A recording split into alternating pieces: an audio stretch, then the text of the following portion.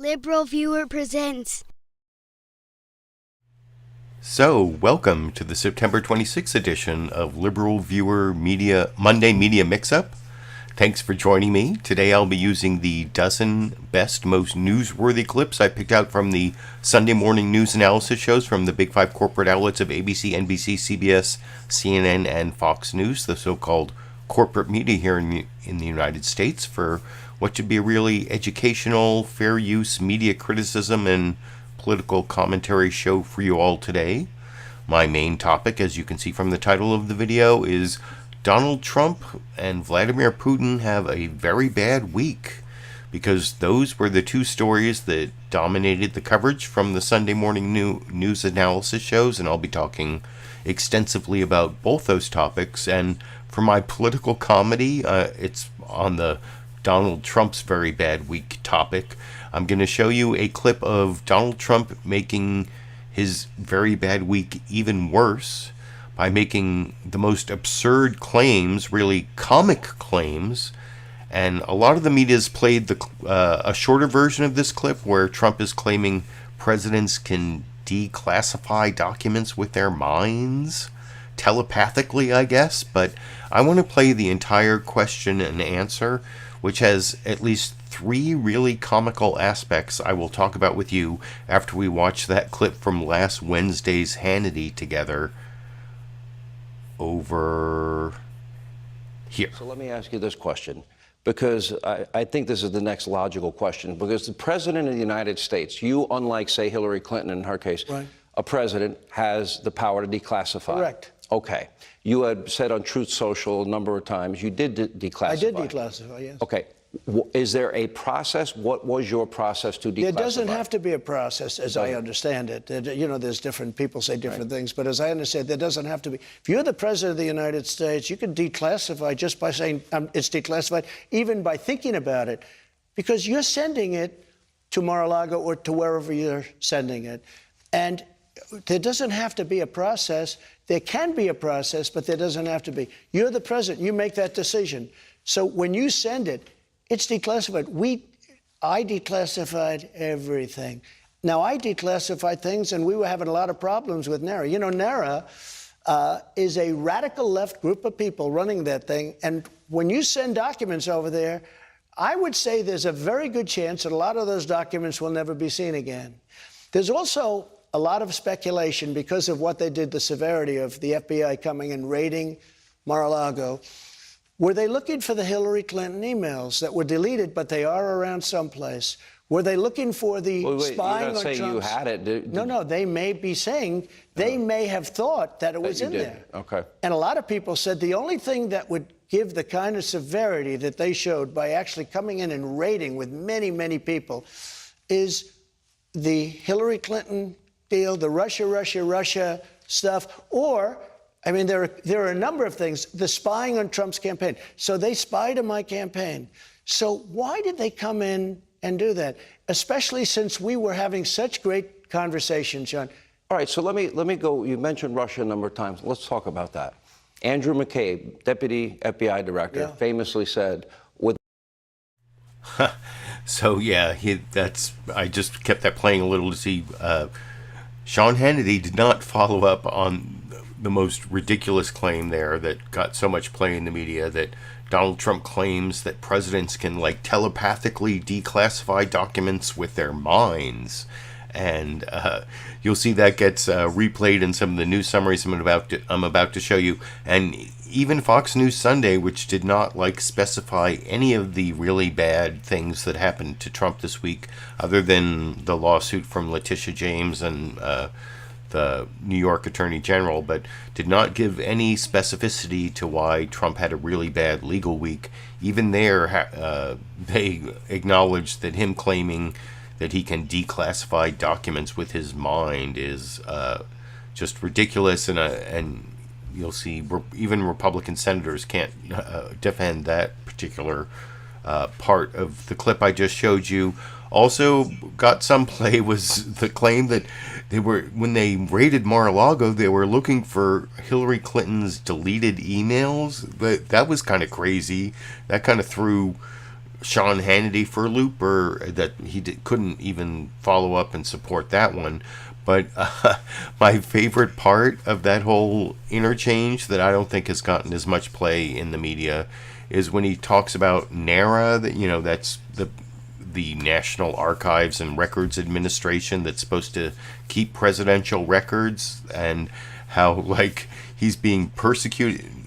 NARA is basically a huge group of librarians. So Donald Trump is complaining on Fox News he's being persecuted by a group of radical librarians. I find that kind of amusing. You can let me know what you think down in the comment section. I'll cover some more of that. I'll show later on ABC's This Week with George Stephanopoulos, Republican Senator John Barrasso being asked by George Stephanopoulos if presidents can declassify documents with their minds, and he doesn't really answer, and George Stephanopoulos calls him on it and actually gets the honest answer, which is no, presidents cannot declassify documents telepathically with their minds. But anyway, before I get to the newsmaker clips, I want to show you all 5 of the news summaries from longest to shortest, and then I have a bonus news summary from ABC where Jonathan Karl did a summary of Trump's legal troubles getting a lot worse in the last week, which is half my topic. But first I'll start with the ABC This Week with George Stephanopoulos main news summary, which covers mostly, it focuses too much on this ABC poll that just came out, which I've heard covered relentlessly on Fox News today, because it was bad news for the Biden administration, which you'll see briefly covered here. And then foreign policy problems. Both Martha Raddatz comes on and talks about both Putin's desperate response to his big losses in his invasion of Ukraine, and then these demonstrations against the morality police in Iran that are going on. And anyway, I'll talk about all of that a little more after we watch that clip together over here. Good morning and welcome to This Week. We are coming on the air this morning with our brand new poll conducted with the Washington Post. It shows major challenges for President Biden and the Democrats as we approach the midterms. Biden's job approval under 40%. More than half of Democrats want someone else to run in 2024. Democrats are even with the GOP in the midterm ballot, but if history's any guide, that is not enough to avoid losses come November. We'll get the roundtable's take on the new poll and the midterms later in the program, but we begin with the latest on the world scene as Vladimir Putin scrambles to stave off defeat in Ukraine, and Iranian leaders are confronted with the most intense protests in more than a decade. Chief Global Affairs anchor Martha Raddatz starts us off. It was a week of protest and peril. From Iran, where thousands have taken to the streets after the suspicious death of a young woman who had been in police custody, to Russia, where violent protests erupted after President Vladimir Putin ordered a massive military call-up. Russian men openly refusing to go. One man screaming, "I don't want to die for Putin." Mothers chanting, "Send Putin to the trenches." Russian citizens immediately flooding the airports, crowding the borders as thousands try to flee the country. Putin saying the military call-up of 300,000 men is necessary and urgent, blaming the U.S. for Ukraine's significant gains in the war, dangling a veiled warning about the use of nuclear weapons. But the carnage Putin has already wrought in Ukraine is startling. Mass graves, decimated cities, and a humanitarian crisis unfolding. President Biden made clear this week at the UN that the world should stop Putin's tyranny. This war is about extinguishing Ukraine's right to exist as a state. Ukrainian President Volodymyr Zelenskyy made his appeal directly to the Russian people. Protest, fight back, run away, he said. Citizens have been fighting back in Iran as well. A week of protests after 22-year-old Mahsa Amini was arrested by the so-called morality police for wearing a headscarf improperly. She fell into a coma while in police custody, later dying in the hospital. Iranian officials claiming it was a heart attack. Her father calling that a lie. Her death galvanizing women to take to the streets of Tehran, cutting their hair, burning hijabs, all at great risk. Dozens have been killed in the clashes. President Biden pledging support for the protesters. We stand with the brave citizens and the brave women of Iran who right now are demonstrating to secure their basic rights. Ultra-conservative Iranian President Ibrahim Raisi said the incident was being investigated and safeguarding his citizens, he says, was a top priority. Big protests in the streets of Iran, protests in Russia as well, Martha Raddatz. Putin's seeing kind of a backlash to this call for 300,000 troops. Will it make any difference? I think those 300,000 troops will not make much of a difference. First of all, it's going to take months and months and months to get 300,000 troops into Ukraine. He's got to train them in some way. They are not all military reservists. So I think it really just shows how desperate Vladimir Putin is. And you might also have people just defect. He's trying to get protesters in there. They'll walk into Ukraine and walk out. Martha Raddatz, thanks very much. Let's bring in the President's National Security Advisor, Jake Sullivan, right now. Jake. And I will have a clip of Jake Sullivan coming up later, talking to Chuck Todd on NBC News' Meet the Press. By the way, down in the video description, you can see a short summary of all 12 clips I'm using. The Jake Sullivan clip is clip 8. And I just showed you clip 2, and I also put a link down there to the sources of all my video clips, so you can check those out. The big 5 corporate outlets, and also Fox News' Hannity, which I don't normally comment on, but I did take that ridiculous Trump explanation about declassifying documents with his mind and everything else there. And I think that you can't really fault ABC for focusing on the desperate reaction from Vladimir Putin to his losses in his invasion of Ukraine, the bogus referenda that he's sponsoring in the occupied parts of the Ukraine, and and then also this mobilization of 300,000 Russians, and there are all these demonstrations, protests in Russia, and then of course what's happening in Iran. Those are both big stories, so ABC, I think,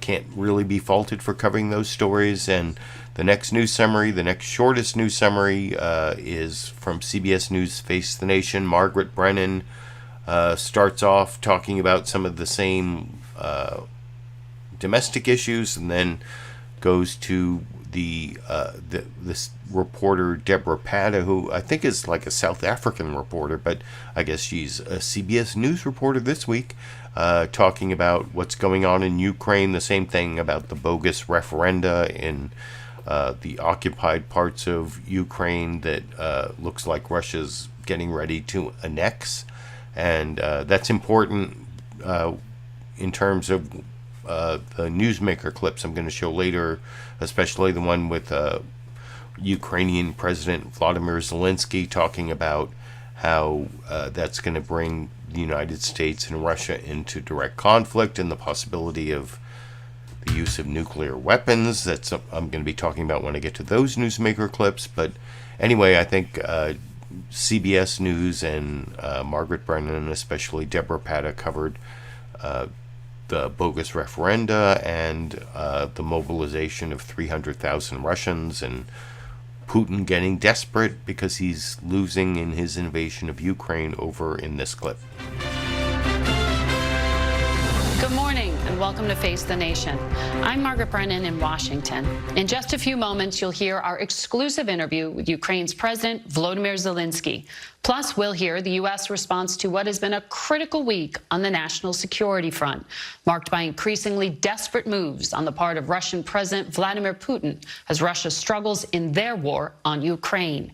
Here at home, we've also got a new CBS News poll that reveals some disturbing indications about voters who want to contest the upcoming elections 6 weeks before Election Day. and a look at the potential impact of those higher interest rates from the Federal Reserve. But we begin with Ukraine. Our Debora Patta has the latest from Kyiv. Staged polls in occupied cities like these, referendums amid the rubble and ruin of war. A grotesque mockery of democracy, ballots propped up by bullets. Election officials accompanied by armed soldiers go traipsing up flights of stairs, knocking on doors, searching for voters. Others pound the streets with loudhailers. Russian news outlets were keen to show enthusiastic voters in occupied Kherson. A day later, that same location was deserted. Ivan Fedorov, the exiled mayor of now occupied Melitopol, calls it a farce. I think that we can name Russian it's a terrorist which hold our citizens as hostage. Russians take a hostage our citizens now inside Melitopol. The White House regards the referendums as a sign of Vladimir Putin's weakness following crushing battlefield defeats. But Putin's not only a sore loser, he's a dangerous one, threatening nuclear weapons and imposing an immediate call-up for military reservists. It sparked widespread anti-war protests at home, resulting in hundreds of arrests and the panicked exodus of young men fleeing the country to dodge the draft, like Sergei, caught up in a long line of traffic at the Finnish border. I just pack my bag and directly go to Finland. Many of those called up have never fought in a war, let alone one that already has hardened Russian fighters on the run. Nobody's waiting with bated breath here in Ukraine for the results of those elections. It is clear Putin wants to push through a vote to annex the territories quickly, and that could happen as early as this week. Margaret? Our Debora Patta reporting from Ukraine.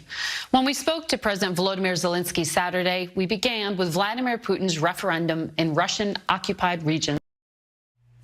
And actually, the first newsmaker clip I'm going to show you is the clip of Vladimir Zelenskyy talking to Margaret Brennan, responding to Vladimir Putin's announcement of the, and whether it's going to, the referenda are going to create a direct conflict between the United States and Russia, and also about whether Vladimir Putin is bluffing when he talks about using nuclear weapons. If you're looking at the clip list down in the video description, that's clip number 7. The first clip after the newsmaker clips. After the news summary clips. That's the second news summary. Well, there are really only 4 news summaries. The next one is a news summary because it's from Fox News, and this is definitely partisan Republican propaganda. As I point out pretty much every week, Fox News, including this program, Fox News Sunday, is not really journalism. It's a propaganda outlet of the Republican Party.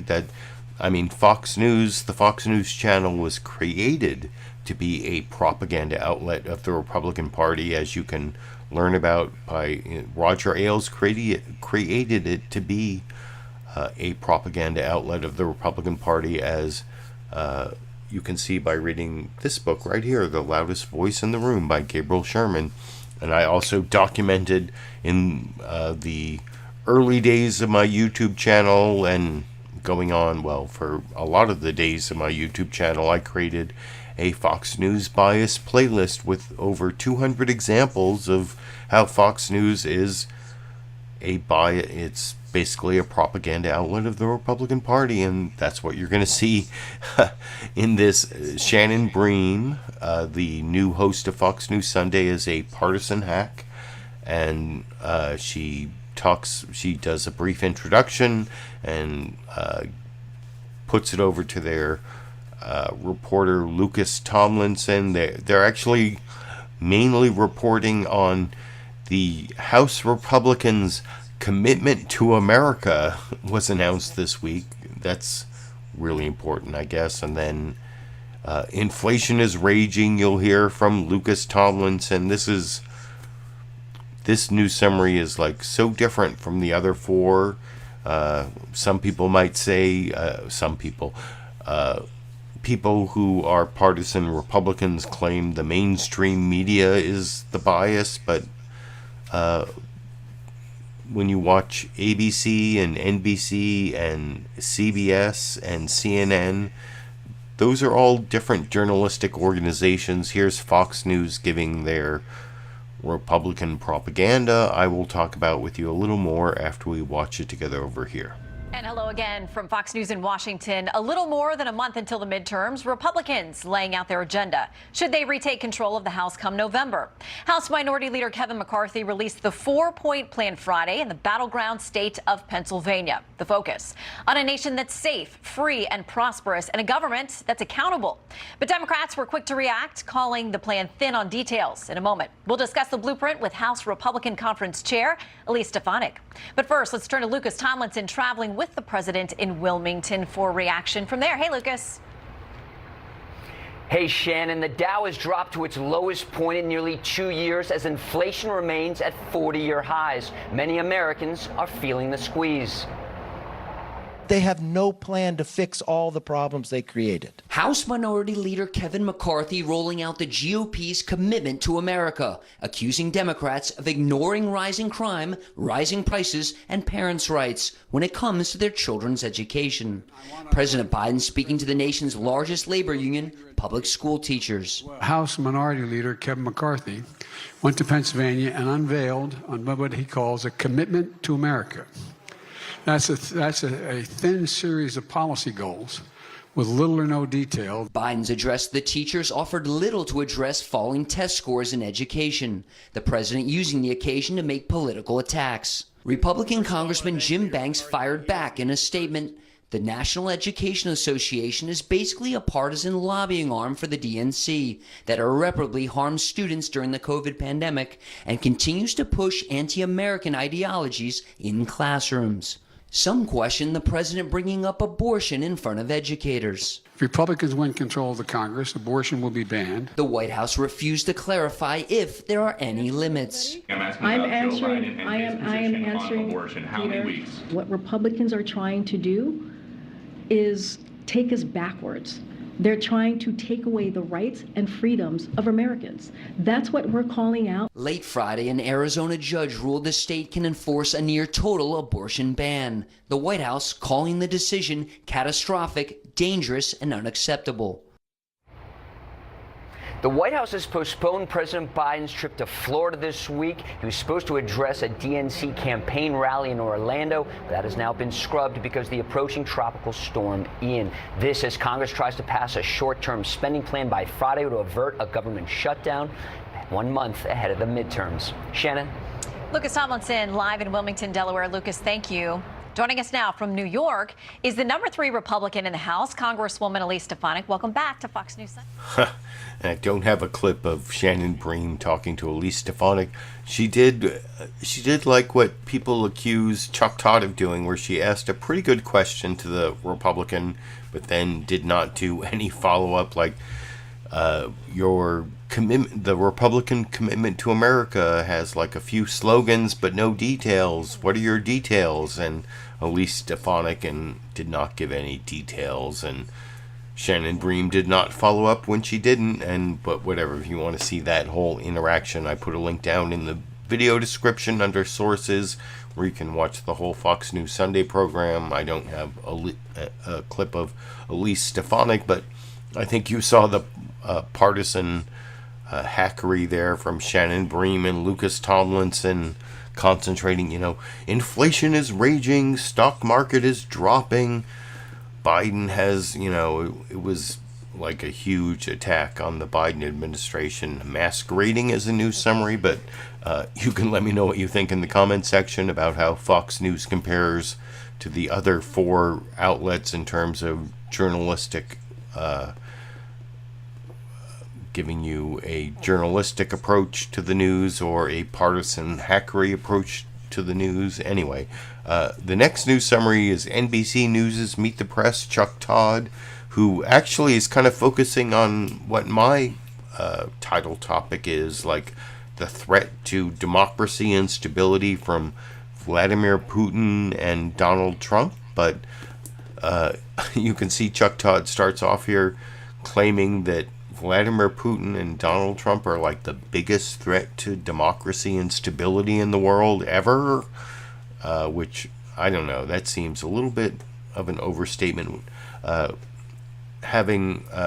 think today we're watching a fascist woman win the leadership in Italy, and it just reminds me, if I were going to choose two people who are the biggest threats to democracy and stability in history, I would maybe choose Adolf Hitler and Benito Mussolini.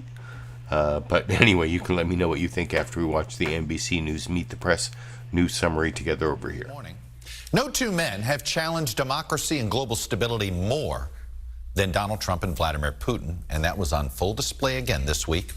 Here at home, Republicans in the House made it clear that their answer to the violent coup attempt on the U.S. Capitol on January 6th and the former president's months-long campaign to overturn the election results is to do nothing. Just 9 Republicans voted for a bill to prevent future presidents from trying to overturn election results through Congress. None of those 9 House Republicans that voted for this bill are returning to Congress next year, either because they lost primaries or they chose to retire. 203 House Republicans voted against this bill.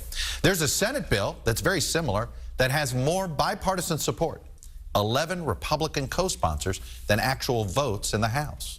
But now that bill may not get a vote until after the midterm elections. And election denialism is no longer an anomaly.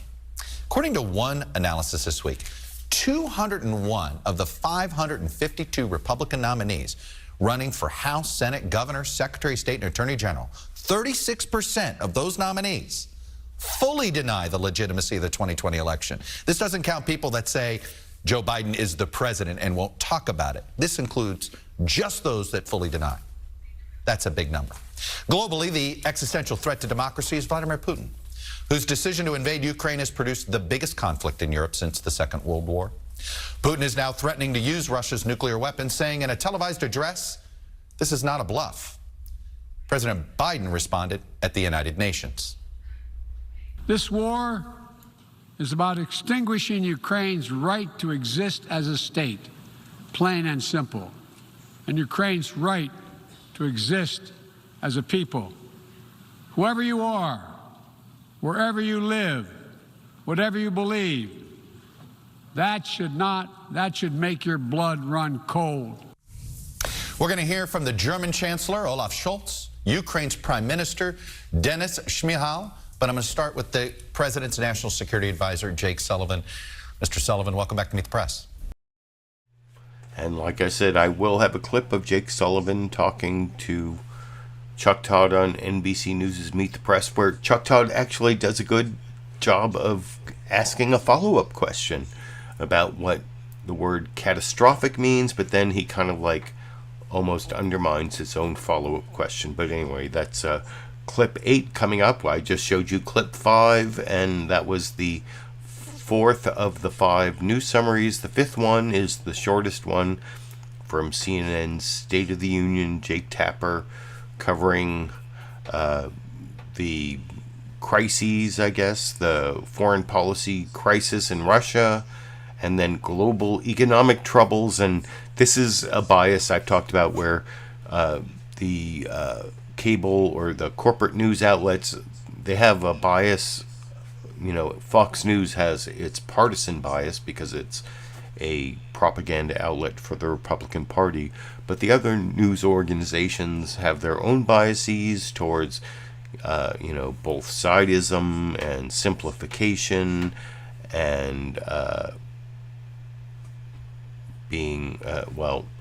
this is one of the biases I've talked about, where they will exaggerate the importance of their exclusive stories. And you'll see here that Jake Tapper starts off pretty well, but then starts really focusing in on economic troubles in Europe and economic troubles in the UK and what's going on with the new Prime Minister, Liz Truss, because he has an exclusive interview with the new Prime Minister, Liz Truss. That's, I guess, is it just a narrative construct, or is it actual bias for, they have superficiality, sensationalism, corporatism, and also a bias for their exclusive interviews, which I will talk about with you a little more after we watch that final news summary together over here. Hello, I'm Jake Tapper in Washington, where the state of our union is watching international crises build. One thing that was clear as world leaders gathered in New York City this past week, the Western world is fighting battles on two fronts. One, against Russia, which has ramped up nuclear threats as Ukraine pushes ahead with its forceful recapturing of its own land. And second, against global economic peril, with inflation continuing to soar and recession looming. People around the world struggling to keep up with rising energy prices and other costs. One leader facing a particularly stiff challenge is the brand new Prime Minister of the United Kingdom, Liz Truss. She officially took on the role just days before the nation's monarch of 70 years died, with the nation in economic crisis as war rages in Ukraine. After 10 or so days of mourning the loss of the Queen on Friday in Truss's first major move as the nation's leader, she announced massive tax cuts at a volume not seen since the 1970s, sending UK markets into a tailspin and crashing the pound to its lowest level against the dollar since 1985. Truss is facing perhaps the biggest set of challenges for any new UK Prime Minister since Sir Winston Churchill. And I had the rare opportunity to spend some time with the new Prime Minister at 10 Downing Street for an exclusive conversation in her first ever U.S. interview as Prime Minister. Madam Prime Minister, first of all, thank you so much for doing this. Okay, well, I guess you can't really fault Jake Tapper for promoting the fact that he got the first interview with the new British Prime Minister, Liz Truss, although there's some indications that she may be like the shortest-lived Prime Minister in British history, but we'll see if that actually happens. But otherwise, CNN did an okay job talking about the main stories of the week, and that's the last of the 5 news summaries. You can tell me what you think is the best of the news summaries, and now I'm going to get to the newsmaker clips, first on Vladimir Putin's bad week and then Donald Trump's bad week. First, I want to show you over on CBS News' Face the Nation, Margaret Brennan had another exclusive interview with the president of Ukraine, Vladimir Zelenskyy, talking both about the possibility of direct conflict between Russia and the United States, and then Vladimir Putin's threat to use nuclear weapons. And anyway, I'll talk about that clip a little more after we watch it together over here. The Biden administration has built its entire policy around avoiding direct conflict with Russia.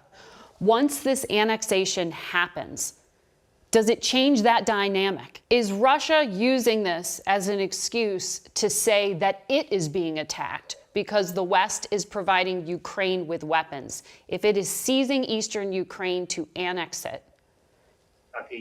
Yes, that's exactly so. That is correct.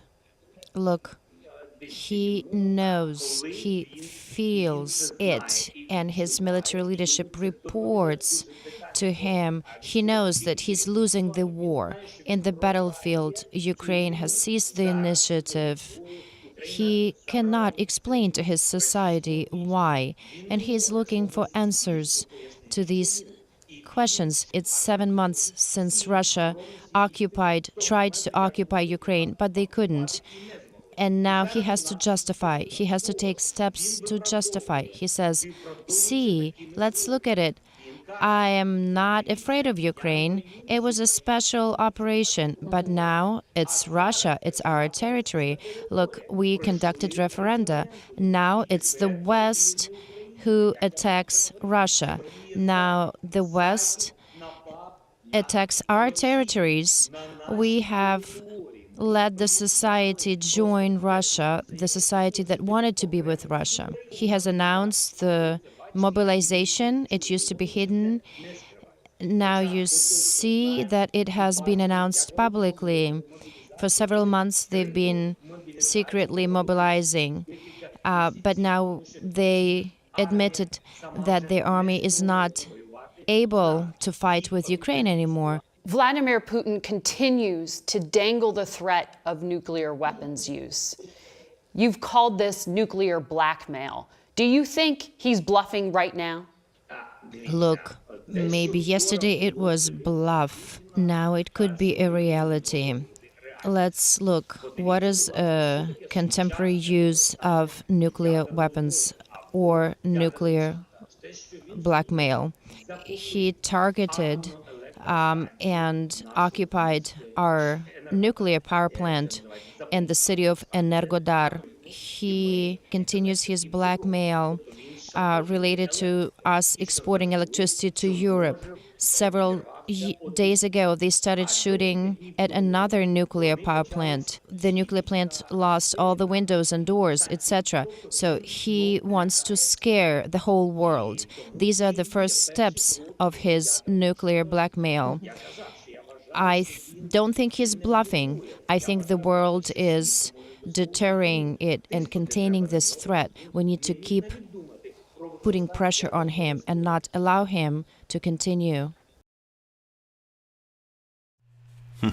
So, yeah, there's Vladimir Zelenskyy, the president of Ukraine, answering questions both about the possibility of direct conflict between the United States and Russia, and then whether Vladimir Putin is bluffing when he is threatening the use of nuclear weapons. And that's something I've covered over multiple, especially going back to February, that there was like 4, 5, 6 weeks where the Russian invasion of Ukraine was like the top story, and I covered it over and over again, and then also talked about whether we should be worried that maybe Vladimir Putin was going to be successful in his war in Ukraine by continuing to press forward on this like stalemate while the Western media moved on to other stories. But actually, the Ukrainian forces staged this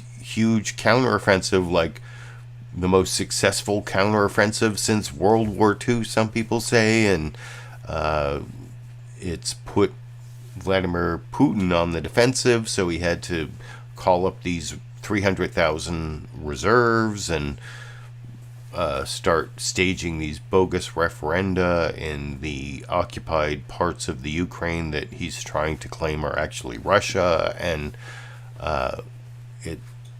it's looking really, that's why Vladimir Putin's having his really bad week, you know, as I am pointing out in the title of the video. And on this whole issue of whether Russia might use nuclear weapons, this next clip is really important. It's the National Security Advisor for the White House, Jake Sullivan, talking to Chuck Todd on NBC News' Meet the Press, where he is actually letting us know that there are direct talks between U.S. officials and Russian officials where they are communicating the catastrophic, and key word here is catastrophic consequences of Russia using nuclear weapons. And you'll see Chuck Todd even follow us up on what does catastrophic mean, but I know you're not going to tell me. He kind of undermines his own cross-examination, which I'll talk about a little more after we watch that clip together over here. This conflict. While you were talking, we were able to show some footage of people voting under the supervision of armed Russian guards. So just to give folks a taste of what kind of referendum this is. I want to talk about the nuclear threats from Vladimir Putin. There was a report this week that folks in the Biden administration have made it clear privately of the severe consequences. Does this mean the red phone is working again? Because at the beginning of this conflict, there was a lot of concern that some of the basic communications that we had from military to military, intel to intel, you had a hard time getting your counterparts to return calls. Does this mean the red phone is working again? Well, Chuck, we've been careful to protect the timing and the content of the conversations we have with the Russian government, with the Kremlin. But the answer to your question is yes. We do have the capacity to speak directly at senior levels and to be clear about our messages to them and to receive their messages.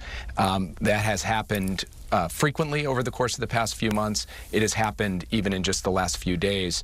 But we have not wanted to indicate exactly what those channels look like, because we want to be able to protect them so that we have the continuing ability to reach Russia and tell them in no uncertain terms, for example, what the consequences would be, and they would be catastrophic if Russia went down the dark road of nuclear weapons use. I guess the question is why the strategic ambiguity here? Why not draw a public line? If he's publicly threatening nuclear weapons, why not send a public message, which I'm sure the people in Europe and Ukraine would like to hear, that says, you cross this line, Katie, bar the door, Mr. Putin? Well, let me say it plainly. If Russia crosses this line, there will be catastrophic consequences for Russia. The United States will respond decisively. Now, in private channels, we have spelled out in greater detail exactly what that would mean. But we want to be able to have the credibility of speaking directly to senior leadership in Russia and laying out for them what the consequences would be without getting into a rhetorical tit-for-tat publicly. But we will not hesitate in saying publicly that there will be catastrophic consequences for Russia if they choose to proceed, and the United States and our allies will respond decisively. You've used that word catastrophic just now twice. I assume you will not give more definition to that, but should Putin use the definition of his imagination there? Catastrophic is just that, as bad as he could imagine? Well, Russia understands very well what the United States would do in response to the use of nuclear weapons in Ukraine, because we have spelled it out for them. And I will leave it at that today. But as far as the question of deterrence is concerned, you know, Russia will make its decisions, but it will do so fully understanding that the United States will respond decisively. And from our perspective, we will continue to be sharp and clear with them so that there is no mistake about where things stand from our perspective. Earlier this week, I asked the Ukrainian Prime Minister. So, yeah, there you see Jake Sullivan responding to questioning from NBC News' Chuck Todd about what the catastrophic consequences are. Well, he didn't really want to know, or he didn't pretend he was going to find out, but at least there appears to be direct communication between the Biden administration and Vladimir Putin's Russia as to what those catastrophic consequences would be that hopefully will stop Putin from using nuclear weapons in this conflict. And anyway, I think I've given you enough clips to support the half of the title of this week's video where I talked about Vladimir Putin having a very bad week, and I even showed you the clip of Donald Trump himself claiming he can declassify documents with his mind when he's president to show why he had a bad week. But the last 4 clips I'm going to show you are actually on Donald Trump's very bad week legally. And even though ABC News' This Week with George Stephanopoulos started the program with a news summary that was really more about the problems in foreign policy. There was something about the midterms and the poll showing Biden was not doing so well in terms of the midterms, with the polling, but also the foreign policy problems in Iran and Russia. But later in the program, George Stephanopoulos showed this clip from Letitia James, the New York Attorney General, who is suing Donald Trump and his children for their fraudulent representation to banks about the valuation of their assets. And I think actually this new summary from George Stephanopoulos and especially Jonathan Karl is the best summary of why I'm saying Donald Trump had a very bad week in terms of his legal troubles, and watch this carefully to juxtapose it with the really bad coverage on Fox News, the partisan Republican propaganda outlet that I will juxtapose this clip with. But first of all, here's good coverage from ABC's This Week with George Stephanopoulos, and Jonathan Karl that I'll talk about with you a little more after we watch it together over here. This investigation revealed that Donald Trump engaged in years of illegal conduct to inflate his net worth, claiming you have money that you do not have. Does not amount to the art of the deal. It's the art of the steal. And there cannot be different rules for different people in this country or in this state.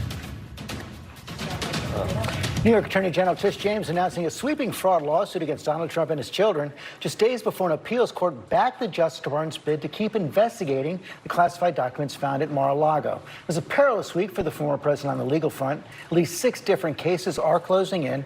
Chief Washington correspondent John Karl is tracking them all. In politics and in business, Donald Trump has faced countless investigations and lawsuits over the years and survived. But even for Trump, the legal jeopardy he now faces is unprecedented. He faces at least 6 major investigations and a sense the walls may be closing in. New York's Attorney General hit the Trump Organization this week with a lawsuit alleging Trump, his company, and his children, Don Jr., Ivanka, and Eric, routinely overvalued their assets. Trump responded the way he always does when accused of wrongdoing. This was just a continuation of a witch hunt that began when I came down the escalator at Trump Tower. The lawsuit aims to make it impossible for Trump to continue doing business in New York. It also included a criminal referral to federal prosecutors.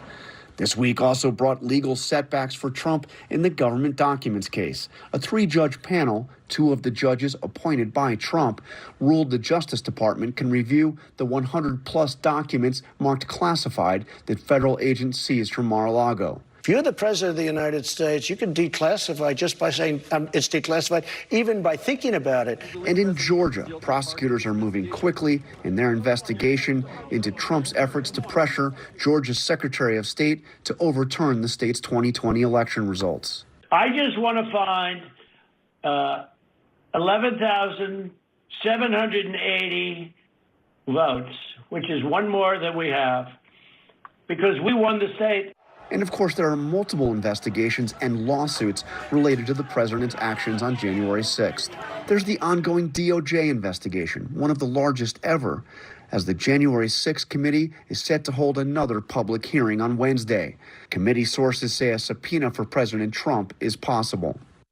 It's not just Donald Trump facing legal jeopardy. Alan Weisselberg, the chief financial officer for the Trump Organization, pleaded guilty to 15 felonies, including admitting to a scheme to avoid taxes.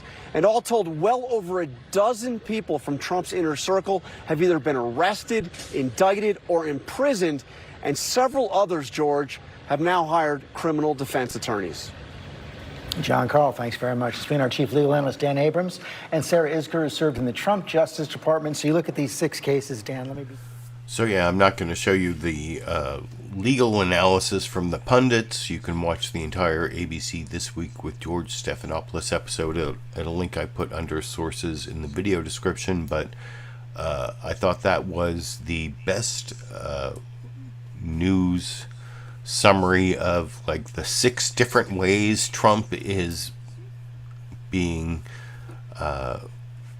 persecuted, prosecuted, litigated. He has at least 6 different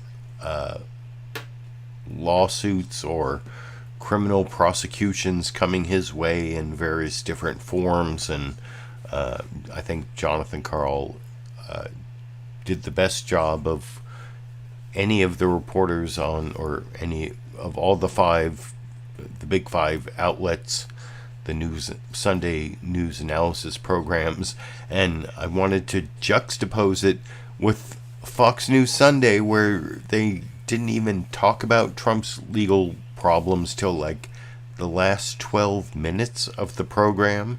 They started with this like 2-clip introduction where you have that slogan sort of from Letitia James, the New York Attorney General, like it's not the art of the deal, it's the art of the steal. But then they also have Trump claiming that Letitia James is just a partisan hack who ran to attack Trump, and that is even followed up and supported by the Fox News media critic Howard Kurtz, and even Jeff Mason, who is a real journalist. You know, he's like the White House correspondent for Reuters, and he's an actual journalist. He doesn't even give you the most important facts about Trump's legal troubles that I will talk about with you a little more after we watch the Fox News non-coverage of the stuff we saw ABC cover so well in the previous clip. And anyway, I'll talk about that a little more after we watch that clip together over here. Claiming you have money that you do not have does not amount to the art of the deal. It's the art of the steal. Well, she campaigned on it 4 years ago. It was a vicious campaign, and she just talked about Trump, and we're going to indict him, we're going to get him. She knew nothing about me. I never heard of her. Former President Donald Trump firing back at New York Attorney General Letitia James, who is suing Trump, his family business, and 3 of his children for fraud and overvaluing their assets as the former president's legal problems grow. It is time now for our Sunday group. Reuters White House correspondent Jeff Mason, editor of townhall.com Katie Pavlich, former Tennessee Congressman Harold Ford Jr., and Howard Kurtz, host of Media Buzz. Welcome to all of you. Good to see you. Good to see you too. All right, Howie, let's start with you, because the president now has multiple states, federal issues. There's a lot going on, and he can have these interviews and press conferences, but now it's in court and the judges are starting to crack down, and not everything's going his way. Well, I've conducted an intensive review of this, and I've concluded that Donald Trump is spending a lot of money on lawyers. Look, this Letitia James civil suit in New York, it does have a partisan stench because she did run for office vowing to go after Donald Trump. And she's out there accusing him of crimes that she can't prosecute after the Manhattan DA declined to bring criminal charges. The Justice Department probe is back on track after an appeal as well. The special master is giving the Trump team a hard time. And it seems to me that even Republican senators are saying he can't just mentally declassify documents. But if there's one silver lining here for Donald Trump, it is this. The more that he is pursued and persecuted, his word, Republicans feel that he's under attack by his political enemies, and he still has a virtual lock on the nomination. Well, and Politico goes to that point. In this piece on Thursday, they say his troubles are mounting, but his support is consolidating. One Republican strategist who works with hardline congressional candidates around the country said the more Democrats keep going after him, the better it is. And Jeff, it adds to his argument that the establishment, the deep state, is after him. It does. I mean, Donald Trump is someone who has been able to avoid all rules of politics ever since he came on the political national stage. He has said things, he has done things, there have been allegations against him that would take down nearly any other political candidate. They don't and haven't with former President Trump. In this case, and Howie's right, he's got lawyers for a reason. It may not be the politics that brings him down. It could very possibly be the legal system that brings him down. But politically, it has been up until now, and almost certainly will continue to be, useful for him. Okay, there's that argument. And on the other side, there are Republicans who are looking at the midterms, and they know Democrats want to be talking about the former president. Dick Wadhams is a longtime GOP strategist. He's quoted in this article. He says, if we lose a lot of Senate races or House races, for that matter, that we should have won, and that can be traced back to the emergence of Trump once again as such a dominant figure in the midterm election campaign, I think that will probably hurt him long term. Katie? So yeah, you can see there Fox News and the partisan hack Shannon Bream transitions the conversation to, you know, what are the political implications without really talking about, you know, Trump's criming. He's committed all these crimes, and Fox News doesn't really talk about it. They have Howie Kurtz there talk about how it's all like political, and it's all media bias. And anyway, I think I kind of pre-criticized that clip before I showed it, but it was even worse than I remembered. But I have two more newsmaker clips I want to show you.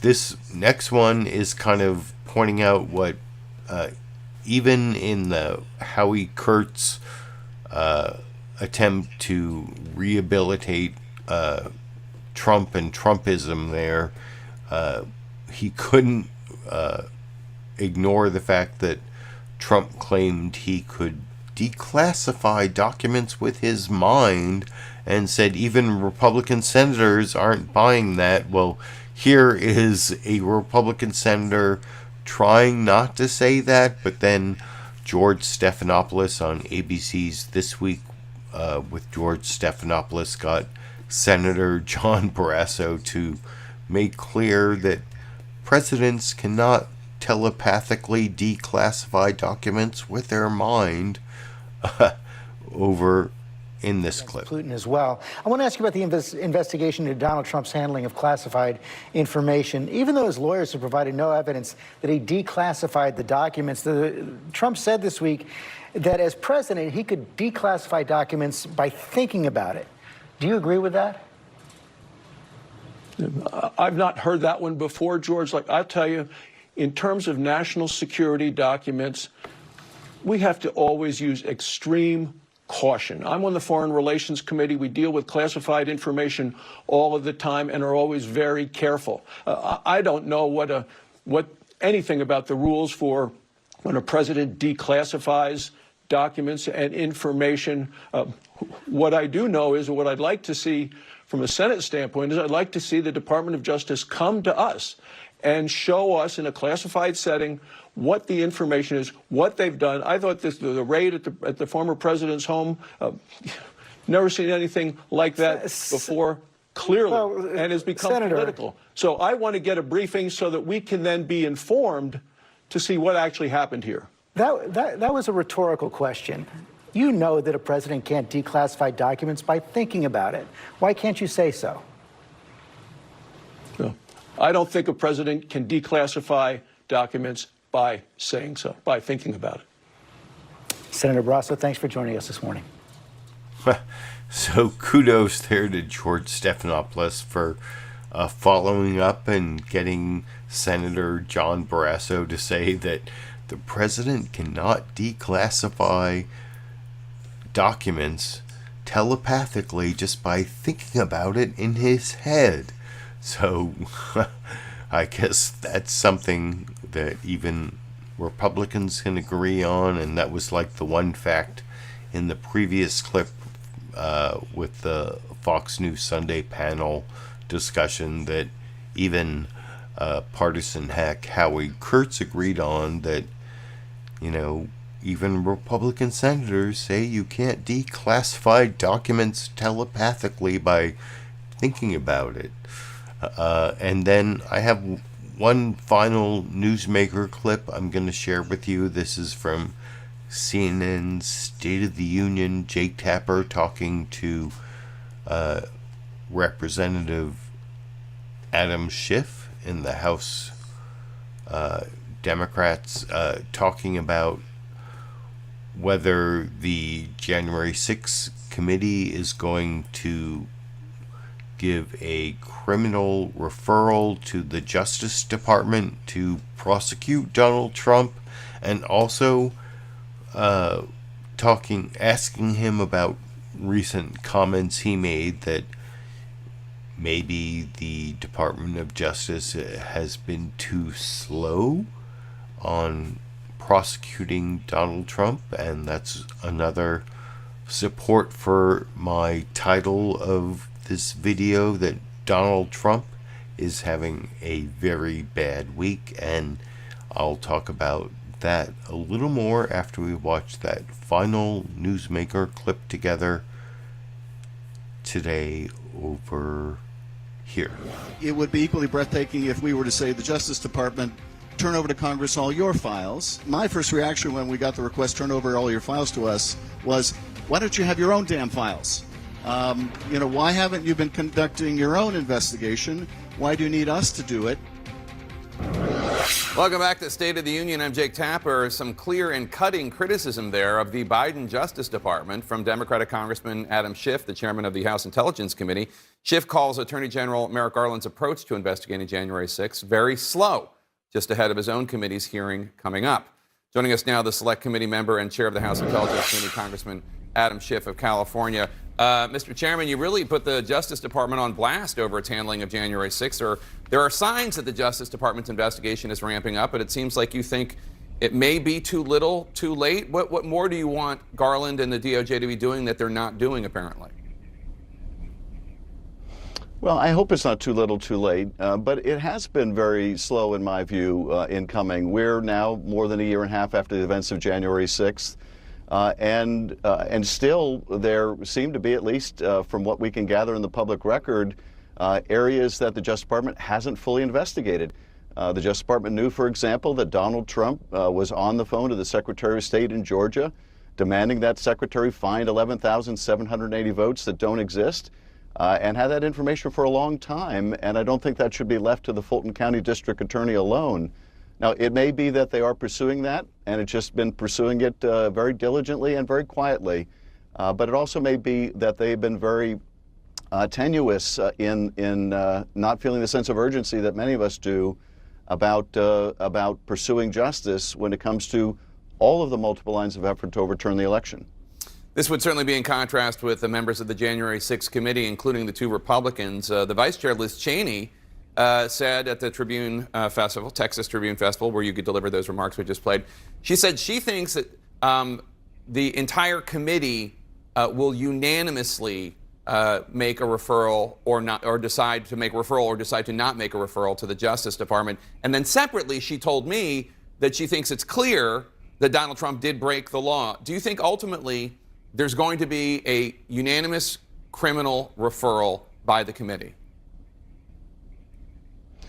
We operate with a high degree of consensus and unanimity. It will be certainly, I think, my recommendation, my feeling that we should make referrals, but we will get to a decision as a committee, and we will all abide by that decision, and I will join our committee members if they feel differently. But look, I do agree, as the Judge Carter in California wrote in multiple opinions, there have been several laws broken, and it is, I think, apparent that there is evidence that Donald Trump was involved in breaking several of those laws. And I think when Congress does find evidence that people have broken the law, it is not always the case that it makes a referral, but in circumstances like these, I think that's the better part of the argument. Congresswoman Cheney also said at the Texas Tribune Festival that the committee has obtained. So yeah, that's my last clip supporting the part of my video title that Donald Trump has had a very bad week in terms of the legal cases against him moving forward. And even there with Representative Adam Schiff pointing out the slowness and the problems with Biden's Department of Justice going after Donald Trump. It looks like that's one of the 6 different avenues of legal troubles that Donald Trump is facing. And then, of course, you saw the troubles that Russian President Vladimir Putin is also facing, to support the title of my video. Before I finish, I also want to thank the Super Chat contributors for the program here. Lulu Girl asking about my pet flooring. I've gotten multiple estimates. Some of them are like over 9,000, or I think I mentioned. I'm trying to figure out the best way to replace our damaged flooring. That should be happening, I don't know, hopefully sometime in 2022. And then also thank you to Marcus Latil asking about whether the documents seized at Mar-a-Lago support New York Attorney General Letitia James' civil lawsuit. That I don't know about, but I guess we might find out more about that as we get more news cycles on the lawsuit there, but I appreciate that support. Several of my live streams in the last month have been demonetized because I don't know what I talked about that was too controversial for YouTube, but so I really appreciate the people who give me super chat contributions during the live stream. I've also put a link right under the video description to become a monthly Patreon supporter. The patrons on Patreon are the ones that I know I can most depend on a monthly basis, and then there's also a one-time contribution link on PayPal if you want to support what I'm doing here weekly on YouTube financially. I think I'm gonna probably continue doing this live stream all the way through 2022. I've definitely committed to going through the November midterms, which are really close now. What is it's like 60 days, or we're getting close. So anyway, I'll see you next Monday for the next Liberal Viewer Monday Media Mix-Up, unless I have some other reason to upload a video. And anyway, until next Monday, I guess I will be seeing all of you around the internet.